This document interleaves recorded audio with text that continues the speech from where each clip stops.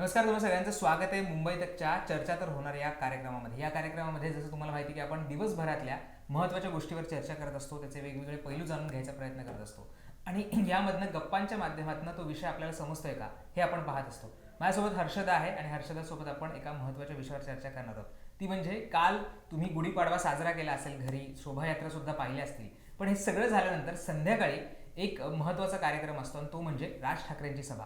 राज ठाकरेंची गुढीपाडव्याची सभा ही नेहमीच महत्त्वाची असते. या सभेमधनं ते काय बोलतात याकडे सगळ्यांचं लक्ष असतं आणि कालची सभा ही खरं तर खूप वेगळी ठरलेली आहे. त्याच्या अनेक प्रतिक्रिया आता सोशल मीडियावर तुम्ही बघत असाल.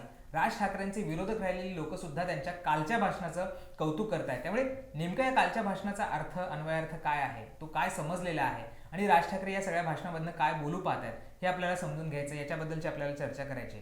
या सगळ्या भाषणामधला आपला एक सार काढायचा म्हटलं किंवा या सगळ्या भाषणामधली एक महत्त्वाची लाईन घ्यायची म्हटलं तर ती म्हणजे धर्माच्या आधाराने देश उभा करता येत नाही, असं राज ठाकरे म्हणाले. आणि त्याच्यासाठी त्यांनी टर्कीचं एक उदाहरण दिलं की टर्की ह्या देशाने धर्म बाजूला ठेवून कशी राष्ट्र उभारणी केली आणि आता त्याचा किती फायदा होत आहे. हे सगळं म्हणण्याचं कारण असं आहे की गेल्या काही दिवसांपासून राज्यामध्ये जी चर्चा सुरू आहे, मग ती औरंगजेबाची कबर असेल किंवा इतर जे जातीय समीकरणं बदललेली आहेत, जातीवरनं राजकारण सुरू आहेत, गुन्हेगारांमध्ये सुद्धा जात शोधली जाते, या सगळ्यावर एक प्रकारे राज ठाकरेंनी त्यांच्या कालच्या जे भाषण होतं त्याच्यातनं चर्चा केली आणि एक प्रकारे वार केलेला आहे. तर आपण ह्या चर्चेची सुरुवात आपण त्या राज ठाकरेंच्या त्याच वाक्यावरनं करूयात. राज ठाकरे थेट म्हणतायत हर्षदा की धर्माच्या आधाराने देश बदलता येत नाही.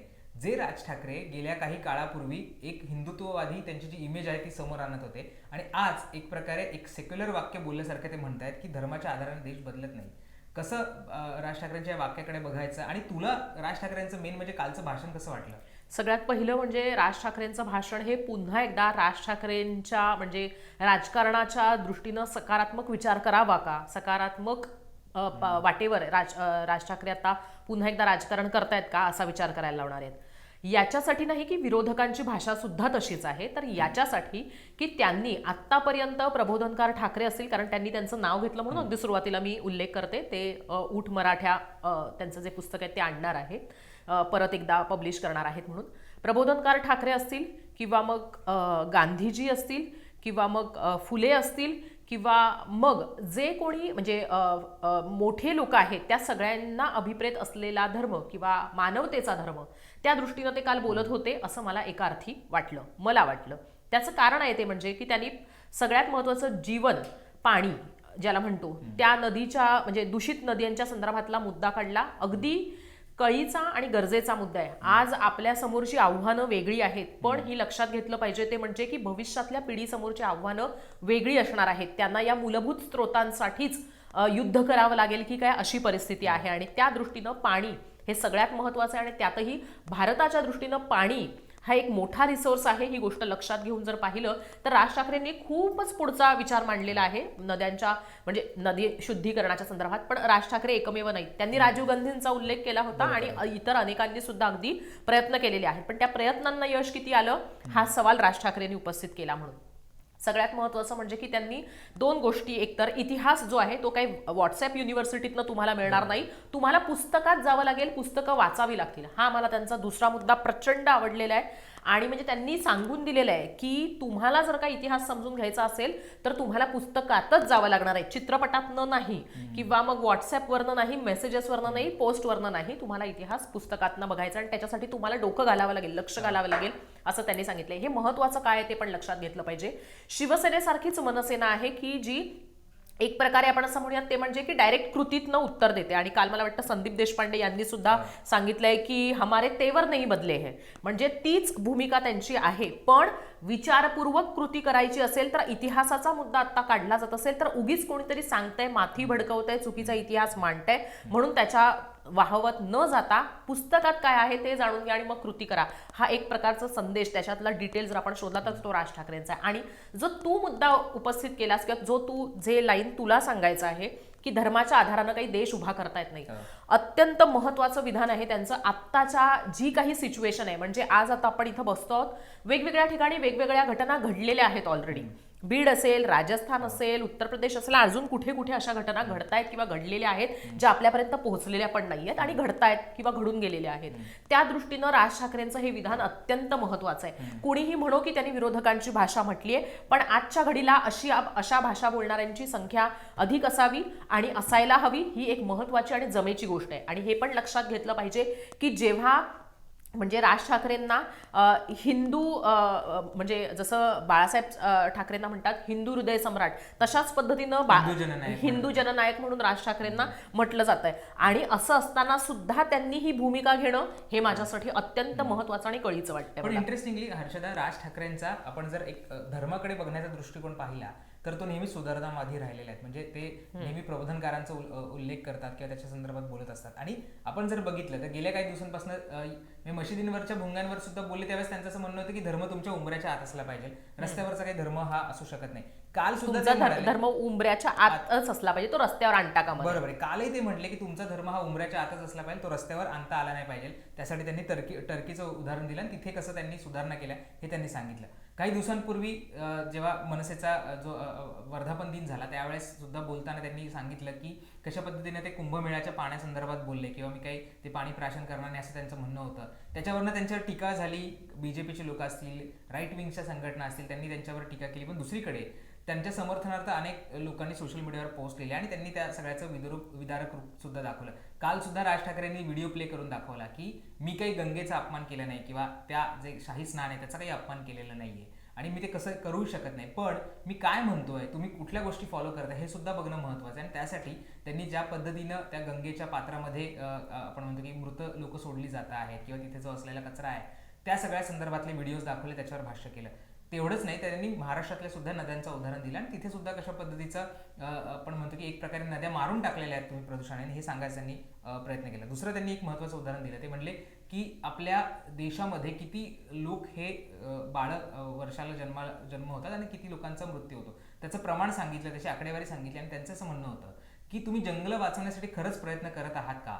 तुम्ही लाकडांवर अजूनही जर मृतदेह जाळत असाल तर इतक्या करोड लोक जर मृत्युमुखी पडत असतील किंवा त्यांचे मृत्यू होत असतील तर त्यांना जाळण्यासाठी किती लाकडं लागत असेल. आणि याच्यामुळे अशा पद्धतीने जर आपण करत गेलो तर किती मोठा ऱ्हास होईल या सगळ्या संपत्तीचा आणि मग पुढे जाऊन आपल्याला ते मिळणार आहे का? मग जर विद्युत दाहिनी एक नवीन साधन आलेलं आहे तर ते का नाही वापरायचं? आणि मग त्याच्या आड धर्म येता कामा नये हे त्यांचं सांगणं होतं. आणि त्यामुळेच धर्माच्यावर बोलत असताना ज्या ज्या नवीन गोष्टी आहेत ज्या आत्मसात करायला हव्यात आणि त्या पद्धतीने आपल्या प्रथा परंपरामध्ये बदल करायला हवेत हे राज ठाकरे कुठेही तिथं सांगायला विसरलेले नाहीये. त्यांनी आधी म्हटलं होतं की आपण जो देश नद्यांना माता म्हणतो त्या देशातल्या नद्या म्हणजे आपल्या देशातल्या नद्या बघा आणि जो देश नद्यांना नदी म्हणतो त्या देशातल्या नद्या कशा आहेत हे सुद्धा त्यांनी सांगायचा प्रयत्न केला. दुसरीकडे त्यांचं म्हणणं होतं की औरंगजेबाबद्दल तर ते कबरीवर तर स्पष्टपणे म्हटले की ती राहिली पाहिजे आणि तिथे तुम्ही उलट सहली न्या, लहान मुलांना कळू द्या की आमच्या महाराजांनी इथं औरंगजेबाला गाडलं ज्याला 27 वर्ष हा महाराष्ट्र काही जिंकता आला नाही किंवा तिथे त्याला राज्य करता आलं नाही, हे इतकं महत्वाचं आहे. आणि दुसरीकडे त्यांनी हेही सांगायचा प्रयत्न केला की हे सगळे मुद्दे उपस्थित करून तुमची माथी भडकवायचा प्रयत्न केला जातोय. तुम्ही व्हॉट्सअपवर काहीतरी मेसेज पाठवताय त्याच्यामधनं एकमेकांमध्ये भांडत बसलेला आहात, जातीमध्ये तुम्ही भांडत बसलेला आहात, जातीच्या अस्मिता बाळगून बसलेला आहात.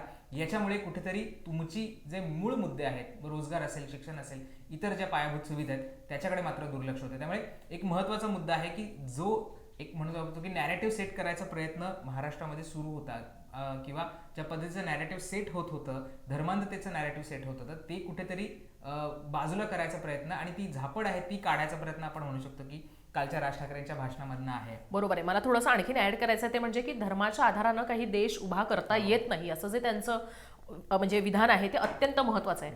लक्षात घेतलं पाहिजे ते म्हणजे की देशाला एका वेगळ्या उंचीवर नेऊन ठेवण्याची भाषा हे पंतप्रधान नरेंद्र मोदी करतात. इथं महाराष्ट्रात सुद्धा आपण कशा पद्धतीनं पुढच्या गोष्टी करायला हव्या, पुढच्या विकासाच्या दृष्टीनं केलं पाहिजे, भविष्याच्या दृष्टीनं विकास केला पाहिजे असं देवेंद्र फडणवीस इथं महाराष्ट्रात म्हणतात. पण प्रत्यक्षात जर आपण पाहिलं तर कुठेतरी आत्ता ज्यांच्यावर फार फोकस दिला नाही गेला पाहिजे अशा मुद्द्यांना घेऊन इथं राजकारणी लढताना, आरोप प्रत्यारोप करताना आणि विधान भवनातला विधानसभेच्या कामकाजाचा वेळ घालवताना आपल्याला पाहायला मिळतात, जी अत्यंत त्रासदायक गोष्ट आहे. आणि राज ठाकरे ते परफेक्ट ओळखतात आणि त्यांनी त्या मुद्द्याला हात घातलाय. आता आपल्याला देश उभा करायची गरज आहे का? देश काही पडलेला नाही आपला. ठीक आहे, देशामध्ये गोष्टी घडत आहेत, एक यंत्रणा आहे, एक व्यवस्था आहे, देशामध्ये गोष्टी अजूनही बऱ्यापैकी आलवेल्या आहेत असं म्हणू शकतो आपण. पण तिथं जिथे अशा म्हणजे प्रवृत्ती किंवा असे विचार जेव्हा पुन्हा एकदा वर डोकं काढायला लागतात तर तिथं मग तुम्हाला प्रॉब्लेम होऊ शकतो याची याचा इशारा एक प्रकारे राज ठाकरेंनी दिला. आणि त्यांनी सांगितले की धर्म किंवा म्हणजे धर्माची अस्मिता बाळगणं हे काही चुकीचं नाही, कारण ते म्हणतात स्वतः सुद्धा, मी कुठल्याही एका व्यक्तीच्या किंवा समुदायाला विरोध करत नाही, तर जे चुकीचं आहे अटी आणि नियमांमध्ये जे बसत नाही त्याला मी विरोध करतो आणि तो मी करतच राहणार, मग मला कोणी काही म्हणो. तर तीच भावना त्यांची पुढे नेली. पण आतापर्यंत लोक धर्माबद्दल बरंच बोलले, अगदी विरोधकांकडनं सुद्धा बोललं गेलं, पण देश उभा करता येणार नाही हे विधान अत्यंत महत्वाचं आहे. हे विधान का महत्वाचं आहे तर देश उभं करता येणार नाही म्हणजे की धर्माच्या आधारानं तुम्हाला देश चांगल्या पद्धतीनं घडवता येणार नाही हे राज ठाकरेंनी सांगितलेलं आहे. आणि आणखीन एक महत्वाचा त्याच्यातला मुद्दा मला फक्त म्हणायचा आहे ते म्हणजे की हे राज ठाकरेंनी सांगणं पण किती का महत्वाचं वाटतं किंवा त्यांनी सांगितल्यामुळे इतका प्रभाव पडू शकतो का? हे बघ, राज ठाकरेंच्या म्हणजे मतांच्या राजकारणात ते किती यशस्वी आहेत हे आता आपण अगदी थोड्या वेळासाठी बाजूला ठेवू. ते बोलतात त्याचा किती परिणाम होतो आणि ती मतांमध्ये किती कन्वर्ट होतं हे सुद्धा बाजूला ठेवू. पण प्रभावशाली व्यक्तींमध्ये प्रभावी वक्तृत्वापैकी एक राज ठाकरेंचं वक्तृत्व आणि वक्तव्य आहे आणि ही गोष्ट लक्षात ठेवली पाहिजे. आणि अक्रॉस लँग्वेजेस आहे ते किंवा अक्रॉस स्टेट्स आहे ते की राज ठाकरेंचे फॉलोअर्स आहेत किंवा आपण म्हणूयात की त्यांना ऐकतात, त्यांच्या हेट म्हणजे त्यांना म्हणजे त्यांना ज्यांना ते आवडत नाही ते सुद्धा ऐकतात आणि ज्यांना ते आवडतात ते सुद्धा ऐकतात. त्या दृष्टीनं हे विधान महत्वाचं आहे. आणि आतापर्यंत धर्माच्या आधारानं जे काही राजकारण होत होतं त्यावर टीका झाली, पण अशा पद्धतीचं एक वाक्य की जे विकासाच्या दृष्टीनं महत्वाचं आहे, भविष्याच्या दृष्टीनं महत्वाचं आहे आणि महत्वाचं आहे ते म्हणजे की तरुणाईच्या दृष्टीनं महत्वाचं आहे. ही जी भाषा आहे ना ही तरुणांची आहे आणि ती राज ठाकरेंनी केली आहे. खऱ्या अर्थानं मला काल ते अचानकच असे युथचे नेते वाटायला लागले होते, ऑलरेडी ते आहेत ते, पण म्हणून ते प्रोजेक्टही करतात नाही, पण ते खऱ्या अर्थानं वाटायला लागले मला असं मी म्हणते. पण हा जो इंटरेस्टिंग मुद्दा आहे ना, आपण ज्या शब्दाला घेऊन किंवा ज्या वाक्याला घेऊन चर्चा करतोय किंवा बोलतोय गप्पा मारताय ते वाक्य त्यांनी सांगण्यामध्ये त्यांनी नुसतं वाक्य बोललेलं नाहीये, तर त्याला त्यांनी उदाहरण पण दिलेलं आहे. जे दिले तुर्कस्तानचं, टर्की हा देश म्हणून ओळखला जातो. त्यांचं असं म्हणणं होतं की टर्की हा देश मुस्लिम कंट्री आहे आणि तिथनंच हा बाबरपासनं जे सगळे आतापर्यंत औरंगजेबाबद्दलचे सगळी लोक आहेत त्यांचं मूळ हे टर्की आहे. तर तिथे मुस्लिम हा धर्म त्या देशाचा असताना तिथला जो एक राज्यकर्ता होता त्याने काय केलं तर त्याने जेव्हा तो राजगादीवर आला किंवा तिथे राज्य करू लागला त्यावेळेस त्याने त्यांची राज्यघटना बदलली आणि त्या राज्यघटनेमधनं त्यांनी त्यांचा मुस्लिम देश हा नाही आणि हा सेक्युलर देश आहे हे त्यांनी त्याच्यामध्ये ऍड केलं. त्याचबरोबर त्याने पाश्चिमात्य कल्चर कसं आपल्याकडे येईल हे बघायचा प्रयत्न केला. तिथल्या ज्या रूढी परंपरा होत्या त्या सगळ्या त्यांनी बाजूला सारल्या, धर्माला बाजूला ठेवला आणि इतर जे महत्त्वाच्या गोष्टी त्याच्यावर फोकस करायला सुरुवात केली. आणि मग त्यांचं असं म्हणणं आहे की हाच तो टर्की देश आहे जो मुस्लिम देश म्हणून ओळखला जायचा, आज हा एक महत्त्वाचा देश म्हणून ओळखला जातो आणि तिथे कोट्यवधी लोक हे व्हिजिट करतात, तिथे त्या देशाला भेट द्यायला जातात आणि त्याच्यामधनं त्या देशाचा मोठ्या प्रमाणावर विकास होतो. त्याला मोठ्या प्रमाणावर आपण म्हणतो की फॉरेन इन्व्हेस्टमेंट आहेत किंवा जे आपण म्हणतो की टुरिस्ट आहेत ते त्यांच्याकडे मोठ्या प्रमाणात आकर्षित होत आहेत आणि त्या देशाने मोठ्या प्रमाणावर प्रगती केलेली आहे. त्यामुळे ते उदाहरण देऊन त्यांचं असं म्हणणं आहे की धर्म असायला हवा का, तर निश्चितच असायला हवा, पण त्यांचं असं म्हणणं आहे की आपापला धर्म हा आपापल्या उंबऱ्याच्या आत असायला हवा. ज्यावेळेस आपण त्याला राजकारणामध्ये आणतो, समाजकारणामध्ये आणतो आणि त्याच्यामधनं आपण एकमेकांची माती भडकवायचा प्रयत्न करतो त्यावेळेस मात्र देशाचा विकास होऊ शकणार नाही, हे राज ठाकरेंना त्यापर्यंत सांगू पाहायचंय.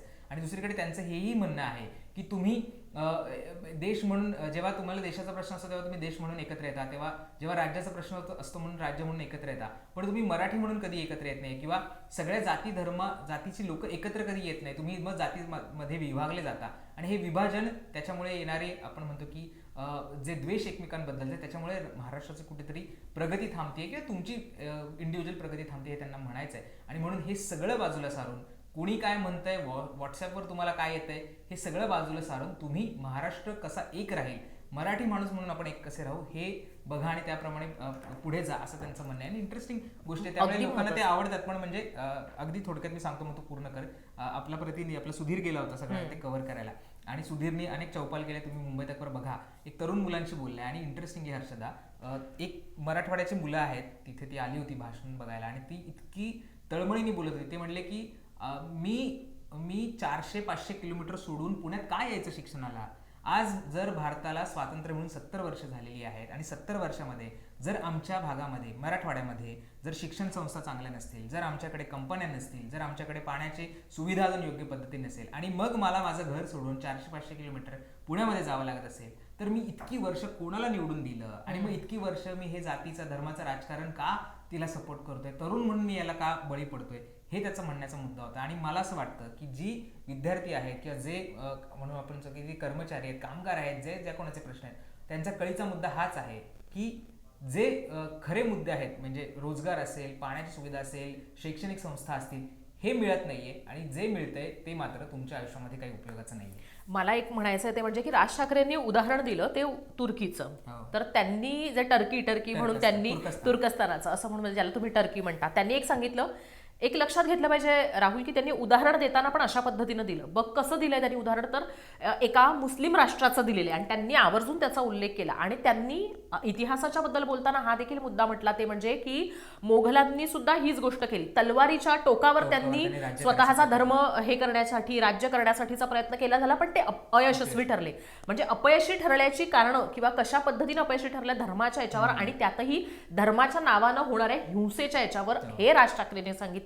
हा एक महत्वाचा मुद्दा आहे. म्हणजे जर आपण पाहिलं तर एक प्रकारे त्यांनी तो विद्युत दाहिनीचा मुद्दा काढला, नद्यांच्या प्रदूषणाचा मुद्दा काढला. तुम्ही रूढी, परंपरा, प्रथा म्हणून त्या पाण्यामध्ये डुबकी मारतायत, पण ते पाणी पिण्याला एक तर सोडा, अंघोळीसाठी सुद्धा योग्य नाही, लोक आजारी पडतात. याचा पुनरुच्चार त्यांनी केला आणि धाडसाने केला की जेव्हा त्यांच्यावर टीका झाली होती. या गोष्टी जर आपण लक्षात ठेवला तर राज ठाकरेंना धर्माच्या दृष्टीनं करायच्या गोष्टी या कशा आहेत, तर त्याच्यामध्ये काही गोष्टी बदलून केलेल्या अपेक्षित आहेत, ज्या आता बदलत्या काळानुसार आपण स्वीकारायला हव्यात, त्या त्यांना अपेक्षित आहेत. आणि त्यामुळे मला असं वाटतं की काल त्यांनी धर्माच्या अनुषंगानं बोलणं किंवा धर्माच्या नावावर काही देश उभा करता येत नाही, धर्मावर काही देश उभा करता येत नाही, हे म्हणणं अत्यंत महत्वाचं आहे. जिथं एक प्रकारे आपण असं म्हणूया की हिंदू राष्ट्र करण्यासाठीची भाषा केली जाते, तिथं अशा पद्धतीनं विधान होणं हे अत्यंत महत्वाचं. आणि मला वाटतंय की ते ठसठशीत आणि उठावदार आहे. पुन्हा एकदा जाता जाता मला हा उल्लेख करायचा आहे, राहुल, तू मला माहितीये, तू बघतोयस माझ्याकडे, पण विरोधकांची ही भाषा असली तरी सुद्धा माझ्या दृष्टीनं एक आहे ते म्हणजे की या म्हणजे से नो टू दिस ह्याची संख्या जर का वाढत राहिली एखाद्या गोष्टीसाठीची, तर तशा पद्धतीनं मला वाटतं की ती गरजेची आहे. जास्तीत जास्त लोकांपर्यंत पोहोचण्यासाठी आणि जास्तीत जास्त विचारांच्या लोकांपर्यंत पोहोचण्यासाठी, म्हणजे जे चुकीचं करू पाहतायत त्यांची संख्या कमी राहील आणि त्यामुळे कुठेतरी एक प्रकारे मतांचंच राजकारण करायचं आहे, गोळ्याबेरजेचंच राजकारण करायचं आहे, तर इथली ही जी बेरीज आहे नकार देणारी अशा गोष्टींसाठी, ती मला महत्वाची वाटते. इंटरेस्टिंग. आणि तू जरी म्हटली की विरोधकांची भाषा जरी बोलत असेल, मला तर वाटत नाही, कारण विरोधकांनी स्पष्टपणे कधीच म्हटलं नाही की औरंगजेबाची कबर काढायची की नाही. बरीच कारणं दिली, गोलमोल स्टेटमेंट दिलं, पण मला वाटतं की धाडसानी बोलणारा की हे ठेवली पाहिजे आणि का ठेवली पाहिजे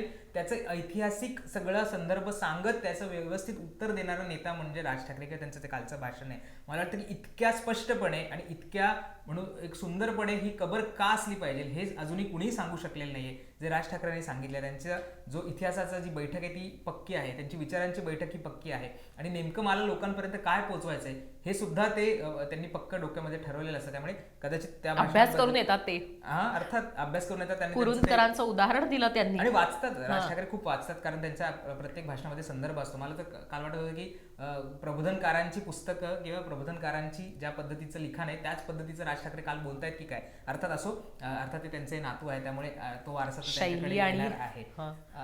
आम्ही बोलत राहू, कारण खूप गोष्टी त्या सगळ्यावर बोलायच्या. आम्हा दोघांना मला वाटतं हा विषय अधिक बोलण्यासाठी महत्वाचा वाटतोय, किंवा आता आम्ही न्यूज रूम मध्ये जाऊन पुन्हा इथं जरी थांबत असलो तरी ही चर्चा पुढे कंटिन्यू. पण हे आपली चर्चा आम्हाला थांबवावी लागेल, पण ही चर्चा तुम्ही थांबवू नका. तुम्हाला कमेंट बॉक्स आहे, तिथे तुम्हाला काय वाटतं हे, आणि तुम्ही सुद्धा चर्चा करा, कमेंट्स मध्ये चर्चा करा, तुम्ही तुमच्यात चर्चा करा आणि नक्की कळवा कमेंट बॉक्समध्ये. राहुलला विशेषतः जर टॅग केलं तर राहुल त्या कमेंट सगळ्या वाचत असतो आणि कळवत असतो आणि त्या दृष्टीनं तो विषय सुद्धा निवडत असतो. तुम्हाला कुठला तुमच्यासाठी चर्चेतला मुद्दा आहे ते पण आम्हाला सांगायला विसरू नका, जो आपण डिस्कस करूया. तुमच्या मनातले काही प्रश्न असतील ते सुद्धा आपण त्याचं अनालिसिस करायचा प्रयत्न करू, ते चर्चा करायचा प्रयत्न करू. त्यामुळे मुंबई तकला सुद्धा सबस्क्राईब करायला विसरू नका आणि पाहायला विसरू नका. चर्चा तर होणारच.